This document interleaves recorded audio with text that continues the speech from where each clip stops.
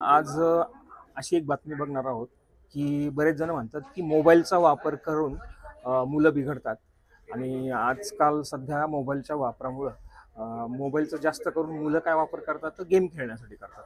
पण आज आपण एका अशा मुलाला भेटणार आहोत, की ज्यांनी मोबाईलचा वापर करत एक पुस्तक लिहिलंय आणि नक्की ते पुस्तक काय आहे, ते पुस्तक कसं लिहिलं गेलं आणि कसं हे त्याला सुचलं आणि विशेष म्हणजे तो मुलगा ज्यावेळेस 10वीत होता, 10वीची परीक्षा देता देता त्यांनी हे पुस्तक लिहायला सुरुवात केली आणि आज तो 11वीमध्ये आहे आणि त्याचं हे पुस्तक जे आहे ते प्रकाशित झालं. नेमकं हे पुस्तक काय आहे?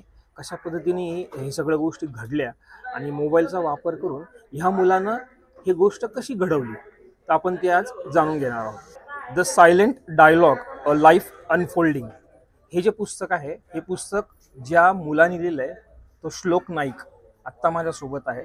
तर ह्या मुलाकडे जर बघितलं तर आपल्याला विश्वास बसणार नाही. 10वीपासून यांनी हे पुस्तक लिहायला सुरुवात केली.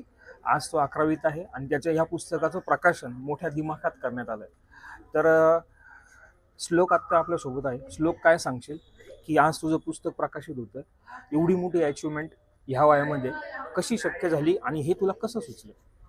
हे पुस्तक लिहायला मला एक आवड होती पुस्तक लिहायची म्हणून मी लिहायला चालू केलं आणि आज जी अचीवमेंट झाली, आज कार्यक्रम हा एवढा सक्सेसफुली पार पडला आहे, हे मला बघून मीन्स मी स्वतः आश्चर्यचकित आहे की एवढं मोठं माझा बुक लॉन्च झालं आहे आणि इमोशनल आहे. म्हणजे शब्द नाही आहेत की शब्दांमध्ये मी बोलू नाही शकत, आता डिस्क्राईब करू नाही शकत. नेमकं या पुस्तकाचं जे काही तू नाव ठेवलंयस, तर हे नाव नेमका अर्थ काय आहे आणि या पुस्तकामध्ये नेमकं काय आहे? अ, ह्या पुस्तकामध्ये सायकॉलॉजी, इमोशन्सचे जे भावना आपण व्यक्त करत नाही, त्या दाबून ठेवतो ह्याबद्दल लिहिलेलं आहे. स्टोरी एका 16 इयर टीनेजरचीच आहे, जो त्याच्या लाईफमध्ये दाखवलेलं आहे मी कसं त्याचे अडथळे येतात आणि तो कसा त्या अडथळ्यांवरनं शिकतो पुढे व्हायला. आणि पुस्तकाचं जे नाव आहे तेच अख्ख्या पुस्तकाला हे डिस्क्राईब करतंय. तर ते वाचल्यानंतरच कळेल तुम्हाला की ते नाव का ठेवलंय तसं. मग आता हे पुस्तक लिहिण्याचं म्हणजे ज्याला आपण म्हणतो, की ह्या वयातली मुलं जास्त करून मोबाईलचा वापर करतात आणि मोबाईलमध्ये गेम खेळणं वगैरे ह्या अशा गोष्टी चालू असतात. पण मग तुला ह्या वयामध्ये कसं सुचलं, की आपण पुस्तक लिहायला हवं? म्हणजे ही संकल्पना कुठून आली किंवा हा विचार कसा काय आला? पहिले सांगतो, पुस्तक लिहिणं इतकं पण कठीण नाही आहे जेवढं आपण दाखवतो. हां, हां, हां. माझ्यामुळे आता खूप साऱ्या माझ्या फ्रेंड्सला आता घरी ऐकायला लागेल की श्लोकनी पुस्तक लिहिलंय, तुम्ही काय करत नाही. तर मी सांगतो की पुस्तक लिहिणं एवढं कठीण नाही आहे. मला ह्या गोष्टीची आवड होती म्हणून मी केलं. ॲक्च्युली मला फिल्म बनवायची होती, बट बजेट फिल्मचं हाय असतं. सो त्याला बजेट फ्रेंडली बनवण्यासाठी मी पुस्तक तयार केलं त्याचं. मग आता पुस्तक तर तू लिहिलंयस, पुस्तक प्रकाशित पण झालं.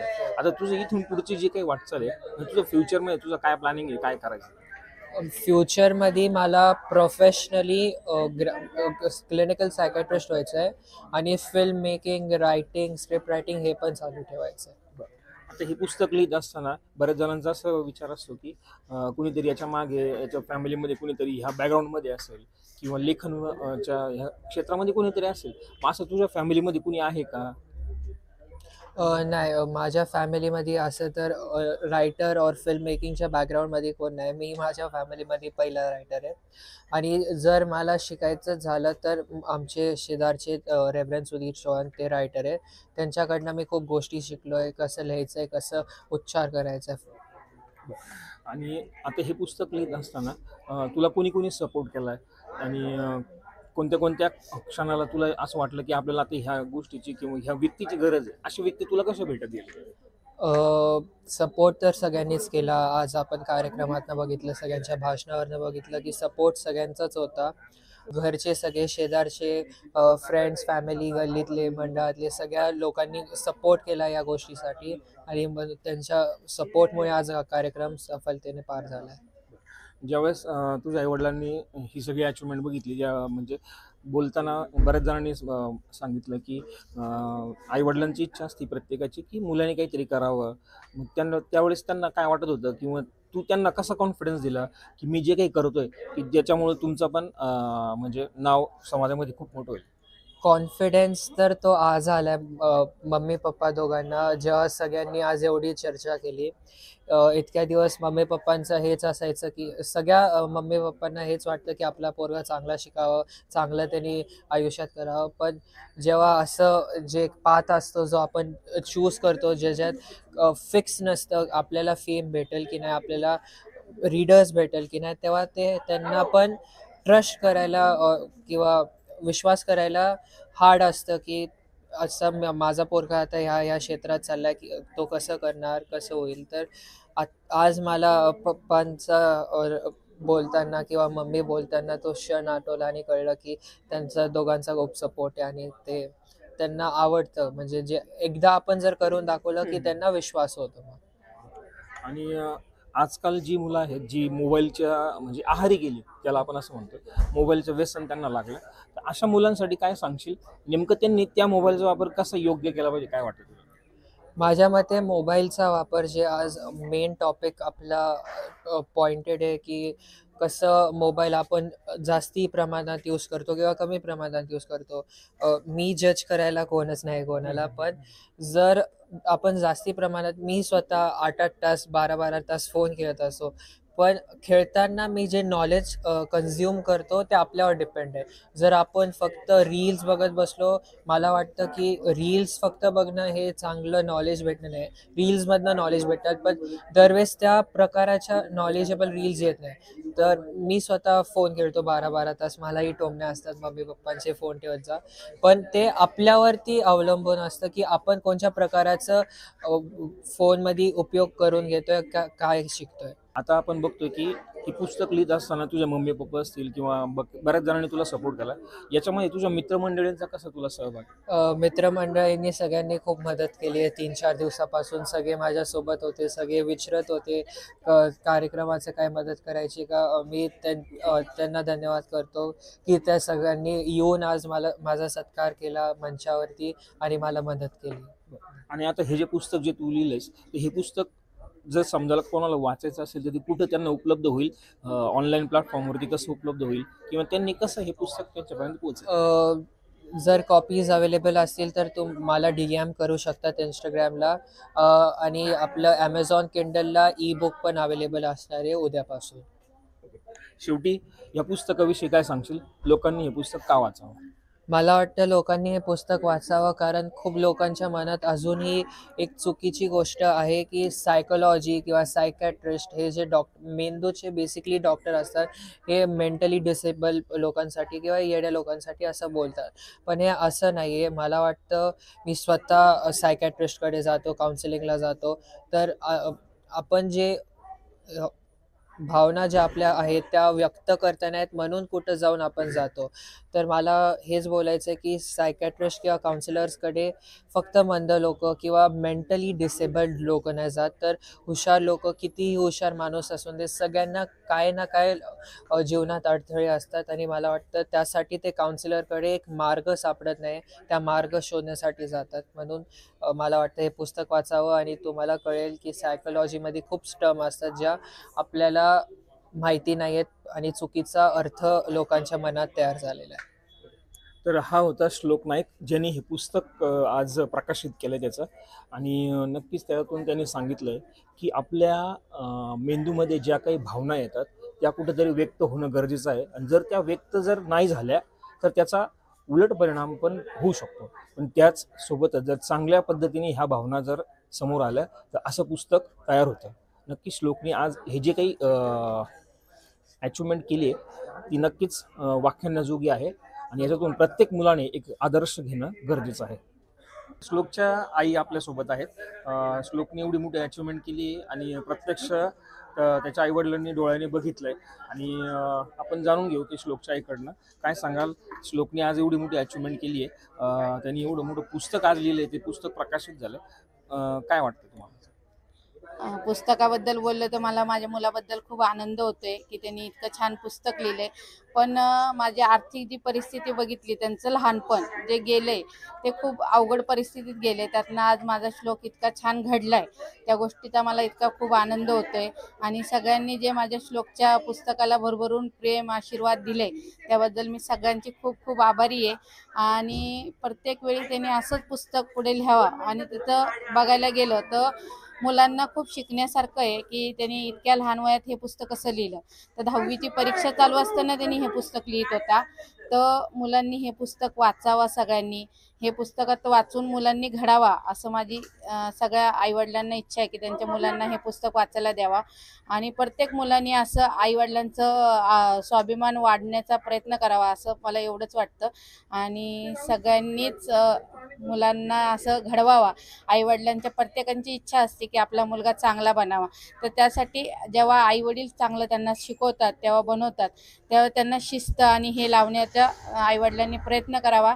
आणि प्रत्येक आईवडिलांना वाटतं की आपला मुलगा चांगला बनावा. तर तुम्ही सगळ्यांनीच आपल्या मुलांना असं बनवण्याचं हे करावा. आणि मी माझा श्लोक घडवला त्याचा मला खूप मोठा आनंद वाटतोय. ज्यावेळेस स्टेजवरती आई वडिलांना ज्यावेळेस बोलायला सांगितलं होतं, तर श्लोकच्या वडिलांच्या डोळ्यामध्ये पाणी आलं. तर हा जो क्षण होता, हा भावनिक, त्याविषयी काय सांगाल? म्हणजे त्यांच्या वडिलाचं म्हणजे खूपच मुलांवर खूप जास्ती प्रेम आहे. त्यांचं लहानपण असं गेलंय की त्यांनी पण खूप गरीब परिस्थितीत काढलेले. त्यांचे वडील खूप कमी वयात म्हणजे लवकर वारले. त्यांच्यावर खूप लवकर त्या जबाबदाऱ्या पडल्या. आणि हल्लीचे जे मुलं बघतात, त्या मुलांच्या बघता याच्यात त्यांना खूप म्हणजे वाटतं की आपल्या मुलांनी जे केले हे असं सगळ्यांच्याच मुलांनी करावं. त्यामुळे त्याचे पप्पा भावुक होण्याचं कारण एक आहे की खूप छोट्या वयात ह्या मुलांना समंजसपणा आलाय. आणि खूप छोट्या वयात त्यांनी दोघाही भावांनी जबाबदारी उचलली वडिलांची. किंवा वडिलांच्या त्यांनी एक जी कविता लिहिली आहे फादर डेला, ती कविता ऐकल्यानंतरच डोळ्यात पाणी येतं. ते ऐकले, ते वाचली त्या दिवशी पप्पांनी. त्या दिवशी माझ्यापेक्षा त्याचे पप्पा खूप जास्ती भावुक झाले होते. आणि माझ्यापेक्षाही जास्ती प्रेम मुलांचं म्हणतात आईवर जास्ती प्रेम असतं. आणि मुलं हे असतं मुलींचं वडिलांवर असतं. पण मला मुलगी नाही आहे, त्या गोष्टीचं मला दुःख नाही. का तर माझी मुलं दोन्ही एकसारखे समान धरते. आणि खूप त्यांनी वडिलांबद्दल जास्ती प्रेम असणारे माझे हे दोन्ही हिरे जे मला देवाने पदरात टाकले, ती खूप प्राउड म्हणजे देवाच्या चरणी मी असंच एक प्रार्थना करते की सर्वांना अशीच मुलं पोटी जन्माला यावं अशी प्रार्थना करते. श्लोकनी खूप छान पुस्तक छापलंय, त्याबद्दल अभिनंदन. बस. नमस्कार. श्लोक आमचा पुतण्या आहे. त्यांनी हे जे पुस्तक लिहिलेलं आहे, अंतर्मनाचा शोध त्यातून होतोय. मग अव्यक्त भावना ज्या आहेत, मनात ज्या भावना येतात, त्या आपण पुस्तकरूपी त्यांनी लिहिलेल्या आहेत. अनेक जणांना आपले जे मत आहे ते व्यक्त करू शकत नाही, पण त्यांनी ते अंतर्मनात साठलेले जे भाव आहेत, या पुस्तकाच्या रूपाने प्रत्येकाला अनुकूल होईल असं पुस्तक आहे. त्यांनी ते लिहिलेलं आहे, त्याबद्दल त्याचं खूप खूप शुभेच्छा. जय दादाजी. श्लोकला लहानपणापासून पाहते मी. त्याचा जन्म ताराचंदमध्ये झाला आणि लहानपणापासून हसरा गोजरा, खूप गोंडस मुलगा. आज त्यांनी खूप मोठी उंच भरारी घेतली. हे त्याच्या आई वडिलांचे, त्याच्या आजीचे, पूर्ण कुटुंबाचे पण कष्ट आहेत त्याच्या मागे. आणि श्लोकला काय बोलावं यासाठी माझ्याकडे शब्दच नाहीत, कारण एवढ्या लहान वयात एवढी मोठी प्रगती करणं म्हणजे त्याच्यासाठी खूप मोठं टास्क होता. पण त्यांनी तो केला आणि त्यांनी जे कष्ट घेतलेत ते आमच्या नाईक घराण्याची त्यांनी सगळ्यांची मान उंचावली. आणि असंच त्याचं आयुष्य भरभराटीला जावं आणि भरपूर भरपूर तो लेखन करून खूप मोठा लेखक होईल. सर्वात पहिल्यांदी श्लोकचं मनापासून अभिनंदन. त्यांनी जे कार्य केले ते अगदी मनापासून केले. मला खूपच त्याबद्दल अभिमान आहे. श्री राजेश आणि सौ मीनाक्षी यांच्या हृदयरूपी कमळातील श्लोकरूपी सरस्वतीचे रूप पाहून सर्वांना त्याचा अभिमान वाटतो. कोणत्याही साहित्यिकेची पार्श्वभूमी नसताना सुद्धा मी कमी वयात एवढी मोठी पुस्तक प्रकाशन करणे हे खरंच कौतुकाची गोष्ट आहे. ज्या घरात डॉक्टर, इंजिनियर, गायक, अभिनय, नृत्य वगैरे कलावंत आहेत, त्यांच्या घरात एक तरी पारंपरिक कलावंत तयार होतो. पण येथे कशाचाही आधार नसताना श्लोक आपली गाडी वेगाने पुढे नेत आहे. धर्तीवर एक दाणा पेरला तर असंख्य दाणे असलेले कणीस आपल्याला मिळते. तुझा हा प्रवास असाच वेगाने पुढे चालू राहावा आणि तुझा असा कौतुक सोहळा सगळेजण डोळे भरून पाहण्याचे भाग्य आम्हाला लाभावे. लोक म्हणतात माणसांनी सोन्यासारखे राहावे, पण माझे म्हण आहे की सोन्यासारखे नसावे, कारण सोने फक्त अंगावरच राहते किंवा लॉकरमध्ये राहते. म्हणून माणसाने सोने न होता परीस होऊन दुसऱ्याचे सोने करावे. सर्वांना वाचनाची गोडी लावून द्यावी. हातातील मोबाईल थोडा वेळ का होईना दूर ठेवावा. त्यांच्या संगतीत राहील त्यांचे सोने करावे. असे परीस असलेल्या श्लोकाचे मनापासून अभिनंदन अभिनंदन नमस्कार, माझं नाव अभिषेक शशिकांत नानकेले. मी श्री समर्थ तरुण मंडळ व श्री स्वामी समर्थ प्रतिष्ठान यांच्या वतीने आमच्या मंडळाचा कार्यकर्ता श्लोक नाईक यांनी आज स्वतःच्या हिमतीवर व त्याच्या फॅमिलीवर त्याला सर्व कार्यकर्त्यांनी मिळून एक प्रोत्साहन दिलेलं आहे. त्यांनी स्वतःचं एक पुस्तक तयार केलेलं आहे. आज त्याचं प्रकाशन झालेलं आहे.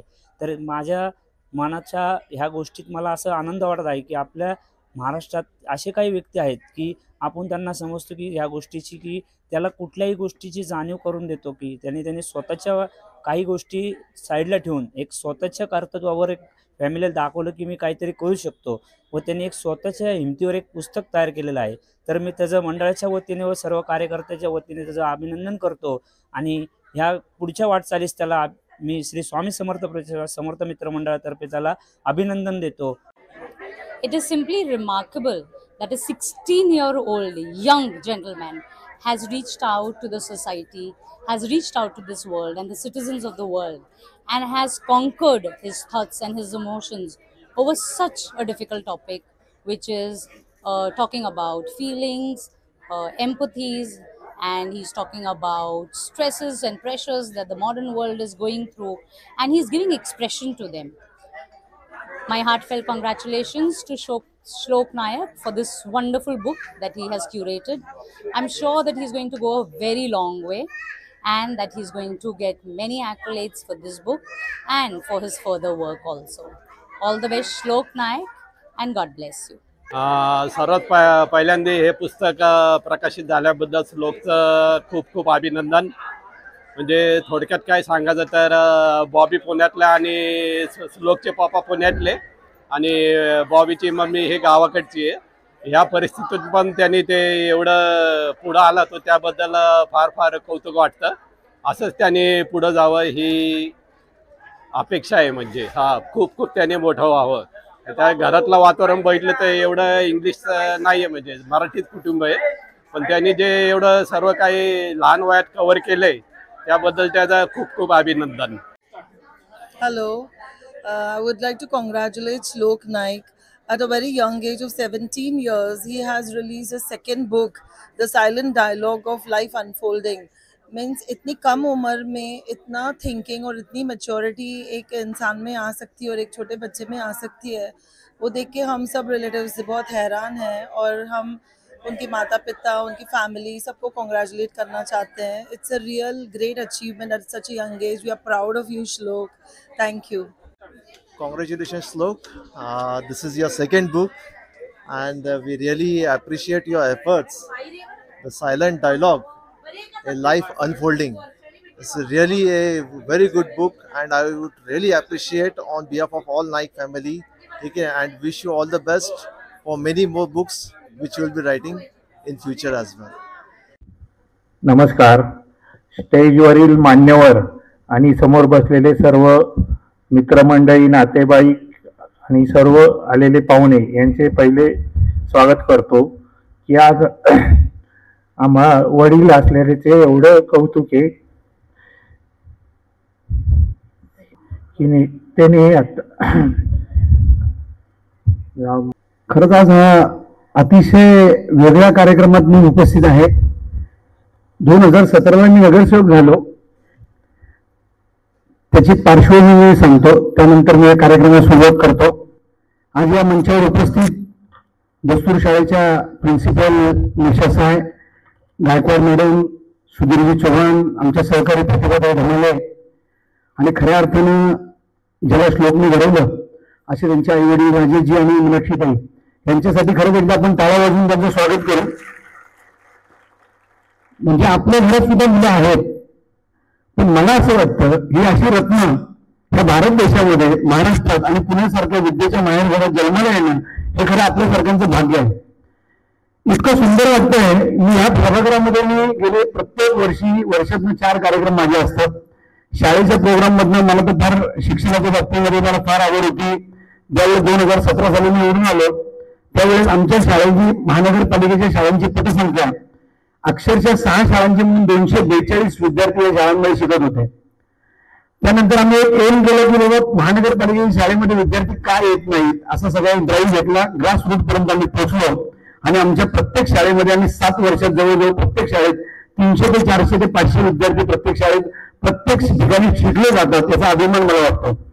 त्याच्यामध्ये आम्ही ज्युनियर केजी ते 10वी पर्यंतची शाळा चालू केली. पण एक बघा, ह्या ठिकाणी आम्ही जसे गॅदरिंग आमचे बाहेरच्या प्रायव्हेट स्कूलमध्ये होतात तर आमच्या महानगरपालिकेचे सगळे गॅदरिंग या मंचावर, या व्यासपीठावर, या नाट्यगृहामध्ये केले जातात. आणि आज मी त्या कार्यक्रमाला उपस्थित राहिलो तर मला इतकं भावून आलंय की अशी मुलं फार कमी आहेत आणि आपल्या भागातनं अशी रत्न तर फारच कमी आहेत. आपला प्रभाग जो आहे खरकमाळी आणि महात्मा फुले पेठ याच्यामध्ये अत्यंत अतिशय म्हणजे महात्मा फुलेंसारखी मंडळी, क्रांतीवीर लवजी वस्त्र साळवी यांच्यासारखी मंडळी, उमाजी नायकांसारखी मंडळी, परत आमच्या बोराटे काका, नवी फुले, परत राम ताकोले सारखे कुलगुरू, अशी मंडळी आपल्या भागातून घडली गेली. त्याची ना श्लोकने या ठिकाणी तरुण वर्गाला दाखवून दिलं की बाबा जो मुलगा 16व्या वर्षी 9वीत असताना पहिलं पुस्तक त्यांनी प्रकाशित केलं, होपफुल द एंडिंग, हे त्यांनी पहिलं पुस्तक 2024 ऑक्टोबर महिन्यामध्ये प्रकाशित केलं आणि आत्ता त्याचं पुस्तक हे आत्ता प्रकाशित होते, आज झालं. त्याच्यासाठी एकदा सगळ्यांनी टाळ्या वाजवाव्या अशी मी विनंती करतो. Silent of the dialogue, the life of the unfolding. खरंच त्याच्यामध्ये त्याचं असं वर्ष 17 त्याचं शिक्षण आता तुझ्या वाडिया कॉलेजमध्ये 11वीचं शिक्षण तो घेतोय. त्याला असणारी आवड, त्याच्या घरच्यांचा असणारा सपोर्ट, हे सगळ्या अशा नाविन्यपूर्ण गोष्टी आपल्याला वाटते आजच्या युगामध्ये की आजची मुलं बघा. आता माझ्या घरातलं मी उदाहरण द्यायला हरकत नाहीये. आपला मुलगा, आपली मुलगी रोज आले की पहिले मोबाईलमुळे वाचन कमी झाले. मोबाईलमुळे तुम्ही चांगल्या गोष्टी घेऊ शकता, चांगल्या गोष्टी देऊ शकता. पण आजकाल जो ट्रेंड आलेला आहे, आम्ही प्रत्येक शाळेमध्ये गेलो की मुलांना हे सांगतो पहिलं की लहान मुलांना तर मोबाईल देऊ नका, वाचनाची आवड निर्माण करा. आपण त्यांना पुस्तकं वाढदिवसाला गिफ्ट देतो. तर खरंच लोक मला अभिमान वाटतो की आज तुझं पुस्तक आहे, मला अभिमान वाटेल की माझ्या मुलांना, माझ्या विद्यार्थ्यांना ती पुस्तकं मला तुझ्याकडनं देता येते. तुझी जी काही पुस्तकं घ्यायची तू मला सांग, मी 100% घेईल, त्याच्यात काही शंका नाहीये. कारण मीनाक्षीताई मी बघतो, माझा जेव्हा त्यांचा भारतीय जनता पक्षामध्ये मी 2017 साली आलो, त्यांचं कुटुंब हे संघाच्या दृष्टिकोनातून विचारातून वाढलेलं कुटुंब आहे. पण एक अभिमान वाटतो की आपल्यासारख्या भागामध्ये अशी सुंदर कुटुंब राहतात, त्यांच्या माध्यमातून मुलांना संस्कार करतात. त्या माध्यमातून आम्ही पुणे शहरामध्ये काम करतो आणि आम्हाला काहीतरी इन्स्पिरेशन मिळतं. आणि गेले कित्येक दिवस झाले या बेचाऱ्याचे कष्ट, 10वीच्या परीक्षा असताना सुद्धा ते कष्ट घेऊन त्यांनी आता दुसरं पुस्तक कम्प्लीट केलं. अहो मुलांना अभ्यास कर कर कर म्हणून आईवडील जमतात, यातनं त्यांनी 10वी द्यायची, त्यातनं पास व्हायचं, हे पुस्तक घ्यायचं, हे खरंच इमेजिन न करण्यासारखी गोष्ट आहे. आणि आजच्या युगामध्ये फार अवघड आहे. मला फार आनंद वाटला की श्लोकने हे जे पुस्तक लिहिलंय त्याबद्दल मी त्याच्या मनापासून माझं आणि माझ्या कुटुंबाच्या वतीने मी खरंच कौतुक करतो. हे जे आज पुस्तक त्यांनी जे ओपन झालं, याचं जे प्रकाशन झालं, The Silent Dialogue Life Unfolding, याच्यामध्ये अनिल आणि आयशा ह्याच्या व्यक्तिरेखेद्वारे त्याच्या मानवी आत्महत्येचं अव्यक्त शक्तीचा पुरावा देणारे याचं कथन याच्यामध्ये केलेलं आहे. संघर्ष कसा मिळवता येतो याचं उदाहरण त्याच्यामध्ये आहे. अमीनचे वडील गेल्यानंतर त्याच्या घरच्यांच्या आई वडील आणि बहीण यांची अवस्था पाहिल्यानंतर अमीनने केलेला त्याला जो स्ट्रगल आहे आणि मुक्त सन्मान आहे तो या पुस्तकामध्ये दर्शवलेला आहे. मला खरंच हे सांगायला आनंद होतोय की श्लोक तुझं मी कौतुक करेल तेवढं थोडं आहे. कारण मी आज जो तुझे नातेवाईक या ठिकाणी आलेले आहेत, मित्रमंडळी आले, आपल्या भागातले काही मंडळी आलेली आहेत, पण हा पहिला कार्यक्रम या ठिकाणी असा होतोय की जो आपल्या भागातील एक छोटासा विद्यार्थी, एक छोटासा मुलगा या पद्धतीने 2 पुस्तकं प्रकाशित करतो, हे आमच्या भागात पहिल्यांदाच घडलंय. खरं त्याच्या खरं टाळ्या वाजवा आणि त्यांच्या आई वडिलांचं मी कौतुक करतो. खरंच अशी मुलं जन्माला येणं म्हणजे भाग्यच लागतं हे मी मानतो. आज या ठिकाणी मला या कार्यक्रमानिमित्त बोलवलं काही मान्यवर या ठिकाणी मुरली अण्णा येणार होते, पण मुरली अण्णांचा मला फोन आला, त्यांना शिर्डीला काहीतरी कार्यक्रमानिमित्त अमित शहा तिथे पोहोचतायत म्हणून त्यांना अर्जंट तिकडे जावं लागलं. माधुरीताई पण येणार होत्या, पण अचानक त्यांचा पावसाच्या अतिवृष्टीच्या ठिकाणी काहीतरी देवेंद्रजींचा दौरा तिथे आल्यामुळे ते येऊ शकले नाही. पण एक असा विषय असतो की माणसाच्या मनात असेल तर माणूस काही करू शकतो, हे श्लोकने आपल्याला दाखवून दिलंय. आणि आपल्या मुलांना ही जिद्द, आणि आपण हे पुस्तक आपल्या मुलांना वाचायला द्या की बाबा एवढा मुलगा ज्याने रोपटे लावलं तर विश्वामध्ये तर उद्या भविष्यात काय होईल त्याचे पुढचे पाय पाळण्यात दिसतात. हे खरं उदाहरण श्लोककडनं आपल्याला देता येईल. श्लोक तुझं मनापासून मी कौतुक करतो, जेवढं कौतुक करेल तेवढं थोडं आहे. एवढंच बोलतो आणि सांगतो. जय हिंद, जय महाराष्ट्र. आजचा जो हा सोहळा आहे, हा सोहळा जरी प्रकाशन सोहळा असला परंतु आमच्यासाठी कौतुक सोहळा जास्त आहे. कारण की सर्वांच्या भाष्यामधून, सर्वांच्या विचारलेल्या प्रश्नांमधून या गोष्टीची वारंवार जाणीव झाली की या लहान वयामध्ये हा चिमुकला श्लोक एवढी मोठी भरारी कशी घेऊ शकतो. आणि मी आपल्या सर्वांना सांगू इच्छितो की कलाकार काही एका दिवसात निर्मित होत नाही. काही गुण त्यांच्या रक्तात असतात, काही गुण त्यांच्या जन्मतःच त्यांच्या जीवनामध्ये येतात, आणि त्याची पूर्तता जेव्हा त्याचा हात चालू लागतो, जेव्हा त्याच्या हातामध्ये एक कलम येते, जेव्हा त्याचे विचार प्रगल्भ होतात, तेव्हा ते समोर येतात. मी सन्माननीय व्यासपीठ, त्याचप्रमाणे सर्व सन्माननीय पाहुणे वर्ग, त्याचप्रमाणे विशेष करून सन्माननीय राजेश नाईक, त्याचप्रमाणे मीनाक्षी नाईक, त्याचप्रमाणे आमच्या प्रिय मम्मा रुपेश नाईक, या सर्वांचं अभिनंदन करतो. कारण की मी त्यांचा शेजारी आहे. आणि श्लोकच्या बद्दल जर सांगायचं तर मलाही हा मोठा प्रश्न पडला. खेडेकर साहेब मला विचारत होते की बाबा हे इंग्लिश मध्ये कसं काय लिहिलं. कारण की आपल्या सर्वांना निश्चितच हा पडणारा प्रश्न आहे की श्लोक घरामध्ये काय इंग्लिश मध्ये बोलतो की निश्चितच त्यांचं सराउंडिंग इंग्लिश आहे किंवा इंग्लिश कॉन्व्हेंटचा स्टुडंट आहे. या सर्व गोष्टी जेव्हा आपल्या समोर येतात तेव्हा हा फार मोठा आपल्या समोर प्रश्न येतो. कारण की आपल्या सर्वांना या गोष्टीची जाणीव आहे की जे त्यांच्या सराउंडिंग मध्ये जे लोक असतात, त्यांच्या संपर्क मध्ये जे लोक असतात, त्या भाषेचा प्रभाव त्या व्यक्तीवर होत असतो. आणि मराठी भाषिक कुटुंब आहे आणि श्लोक देखील ते मराठी भाषिक लोकांमध्ये वावरला. तो काही इंग्लिशमध्ये आमच्याशी बोलणार नाही, तो मराठीमध्येच बोलतो. आणि जेव्हा मला त्याचे वडील मला भेटले की सर मग त्याला सांगायला मराठीमध्ये पण बोलावं, पण मला वाटतं आता तो मराठी विसरलाच आहे का काय जणू काय, कारण की त्याचं लेखनच आता इंग्लिशमध्ये झालेलं आहे. असो, आता माझ्या त्याच्याबरोबरच्या स्मृती फार वेगळ्या आहे. कारण की आता इंग्लिशकडे मी वळतो. कारण की माझी पत्नी ह्या सेंट हिल्डामध्ये हायस्कूल टीचर होत्या, त्या MA इंग्लिश होत्या, MA BEd होत्या, इंग्लिश शिक्षक होत्या. आणि मला आता अद्याप आठवतं की मीनाक्षी ताई ज्या लहान श्लोकला आता घरातले कामं करायचे, त्यामुळे ती आमच्या घरी सोडून जात असे की मी जोपर्यंत घरातले काम उरकते तोपर्यंत माझी मिसेसचं नाव स्मिता होते, तर तिच्याकडे जरा लक्ष द्या. त्या कोरोनामध्ये प्रभूकडे गेल्या, हरकत नाही. असो, तर मला वाटतं तो लहान होता एकदम, आणि माझी मिसेस त्याला सांभाळत असते आणि त्याचं संगोपन केलेलं आहे. ती इंग्लिश शिक्षिका होती आणि नेहमी ती श्लोकचं कौतुक करत असते आणि आम्ही नेहमी त्याला प्रोत्साहन देत असतो. कारण की मी लेखक आहे, अनेक पुस्तक प्रकाशित झालेले आहे, अनेक लेख माझे प्रकाशित झालेले आहे. त्यामुळे जेव्हा श्लोक माझ्या घरी येत असते तो नेहमी मला स्टडी टेबलवर बघतो, लिहिताना बघतो, किंवा वेगवेगळ्या प्रकारच्या गोष्टी माझ्या कबर्डमध्ये बघतो, पुस्तकं बघतो, आणि कशा प्रकारचं प्रकाशन सोहळा असतो त्याला त्याची भरपूर माहिती आहे. कशा प्रकारे लेखक एडिटोरियल लिहितो त्याची देखील त्याला जाणीव आहे. तर अनेक गोष्टी कळत त्याच्यामध्ये होत्या. आणि सायलेंट, इथे हा शब्द आलेला आहे, याच्यामध्ये आलेला सायलेंट डायलॉग.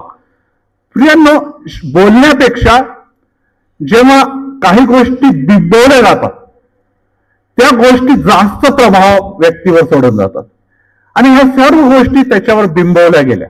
मला आता पण आठवतं जेव्हा मीनाक्षीताईंनी सांगितलं, तो 9th स्टँडर्ड मध्ये होता आणि आता मी MSc मॅथ्स आहे माझं, मी SSC बोर्ड मध्ये पेपर सेटर आहे, मॅथ्स पेपर सेटर आहे, सायन्स पेपर सेटर आहे.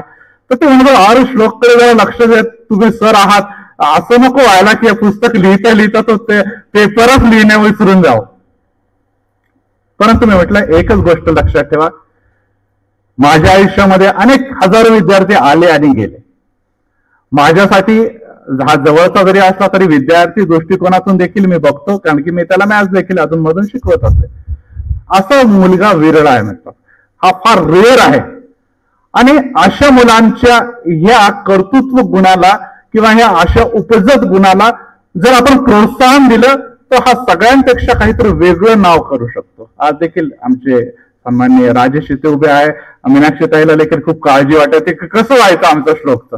म्हटलं काही काळजी करू नका, ज्याला लिहिता येतं तो परीक्षामध्ये उत्तमात उत्तम लिहिणार.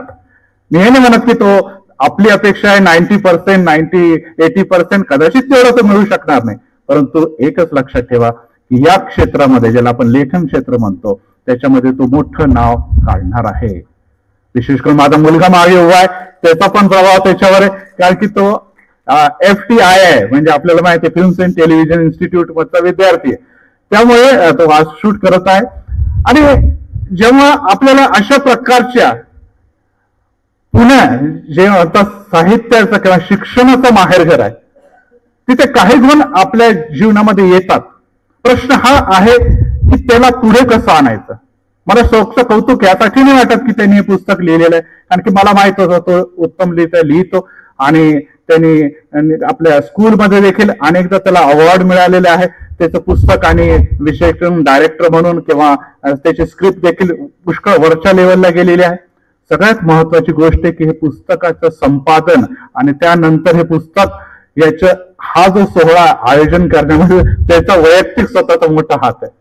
त्याची जिद्द आणि चिकाटी आम्ही नेहमी बघायचो, सगळेजण हसायचे की अरे श्लोक कसा काय सगळं काही करू शकतो, परंतु त्यांनी कधी देखील मनावर घेतलं नाही. ही फार महत्वाची गोष्ट आहे.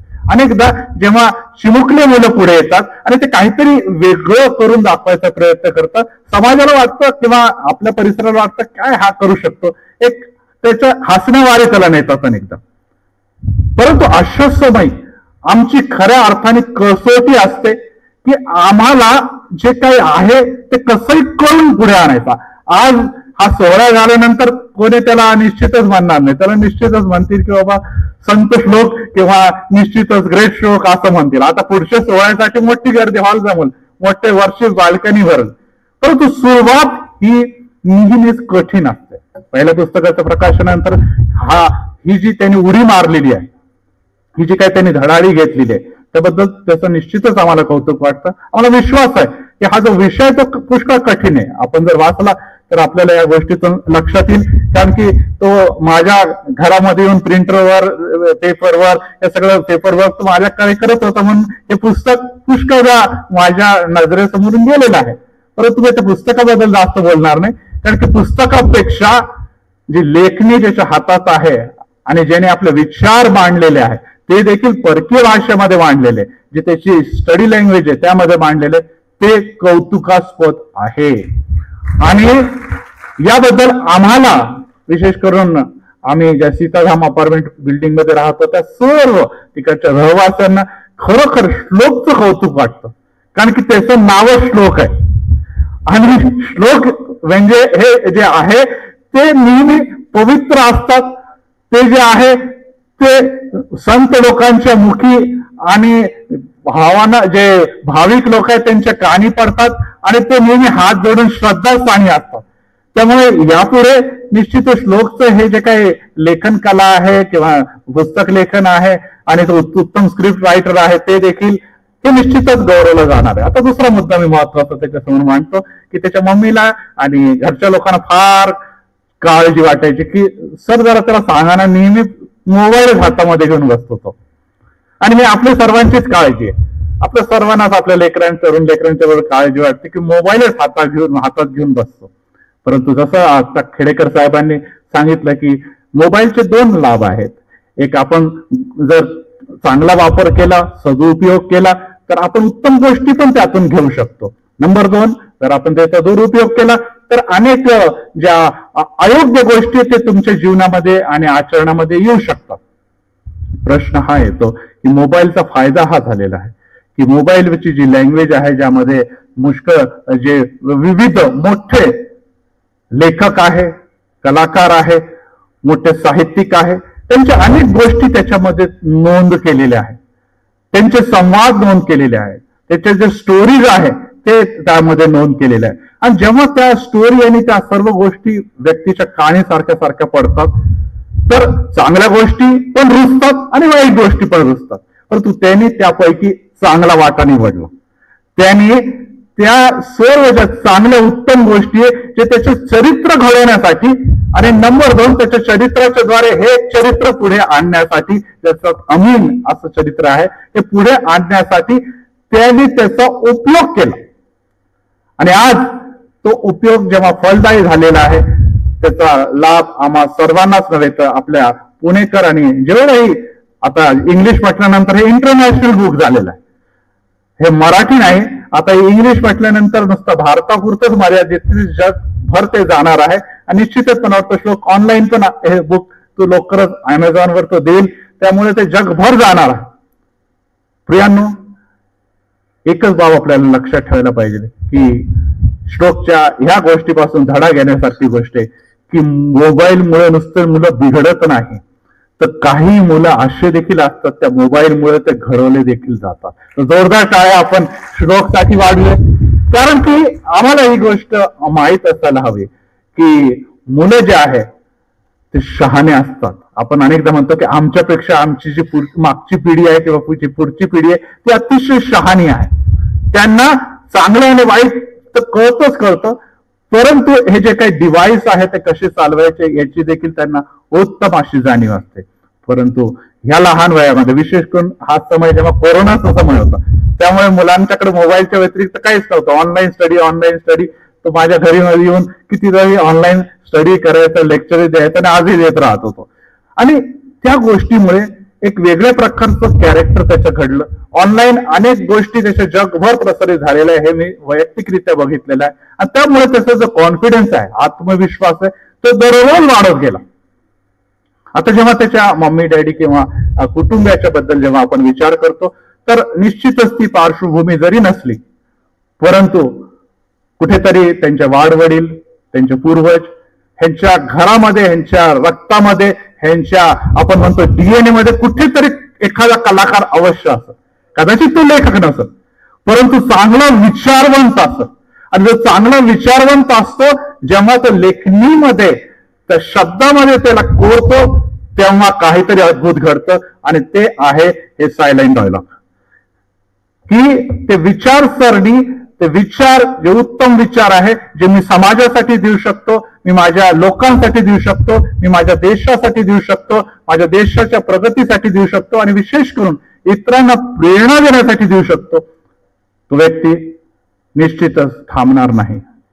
आज निश्चितच सावित्रीबाई फुले यांच्या हॉलमध्ये आपण आहोत आणि आपल्याला देखील माहिती आहे की स्त्रियांच्या क्षेत्रामध्ये आणि एज्युकेशन क्षेत्रामध्ये त्यांचं मोलाचं योगदान भारतात कुठे देखील विसरता येणार नाही. आणि अशा समय जेव्हा श्लोकच्या ह्या पुस्तकाचं प्रकाशन झालेलं आहे, आम्हाला अतिशय आनंद आहे. आमचे त्याच्यासाठी आशीर्वाद देखील आहे, शुभेच्छा देखील आहे की श्लोकने असे अनेक पुस्तकं प्रकाशित करावे.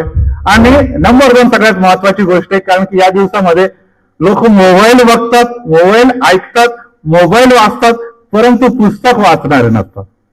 आणि आम्हा साहित्यिकांचं नेहमी म्हणणं असतं, आणि ते कदाचित लोक कानाडोळे करतात, की वाचाल तर वाचाल, जर तुम्ही वाचाल तर वाचाल.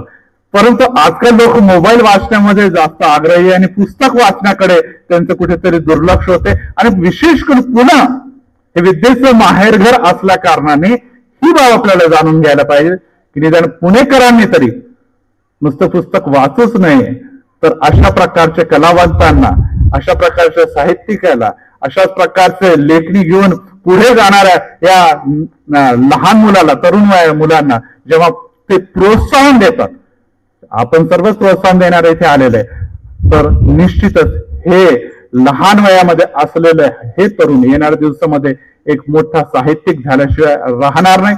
ते नुसतं नाईक कुटुंबासाठी नाही, तर पुण्यासाठी, आपल्या महाराष्ट्रासाठी एक वेगळं नावलौकिक कमवणार आहे. आणि परत एक बार त्याच्या माता पिता, विशेष करून त्यांच्या आजी, सर्व नाईक कुटुंब व आप्तजनांना खूप खूप शुभेच्छा. आमच्या वतीने त्यांनी पुष्कळ पुस्तक प्रकाशित करावे आणि या प्रकाशना सोहळ्यामध्ये आपलं कौतुक हे फार महत्वाचं. आज त्याला जे कौतुक मिळालं त्यामुळे आणखी स्फूर्ती. परंतु आई वडिलांची एक गोष्ट लक्षात ठेवायची की बाळा नुसतं लिहूच नको, शिक पण चांगला. कारण की भारतीय संस्कृतीमध्ये आपल्याला माहिती आहे शिक्षण हे महत्वाचं आहे. पण मला विश्वास आहे की ज्या व्यक्तीने अशा प्रकारे शिक्षण साध्य केलेलं आहे तो आज 11वी मध्ये 11th स्टँडर्ड मध्ये आहे, तो पुढे देखील प्रगती करेल हा आमचा विश्वास आहे. परत एक बार श्लोक खूप खूप शुभेच्छा. तू असंच पुढे जावं आणि असंच मोठे मोठे 101 असे निश्चितच उपलब्धी आपण आपल्या जीवनामध्ये मिळवत राहावं हीच माझ्याकडून तुला खूप खूप आशीर्वाद. God bless. श्लोकच्या बाबतीत सगळ्यांनी खूप काही बोललं आहे, पण श्लोक माझ्यासाठी खूप छोटा आहे, एकदम क्यूट साऊंड बेबी. कारण की 5वी पासून तो 10वी पर्यंत माझ्याबरोबर राहिलेला आहे. छोट्या छोट्या गोष्टींमध्ये त्याचं हसणं रडणं सगळं त्याने माझ्यासमोर एक्सप्रेस केलेलं आहे. छोटासा माझा असिस्टंट डान्सर आहे, खूप काही गोष्ट आहे. पण मी आता आज मी इतकी ओव्हरफुल झाली की काय बोलू मला सुचत नाहीये.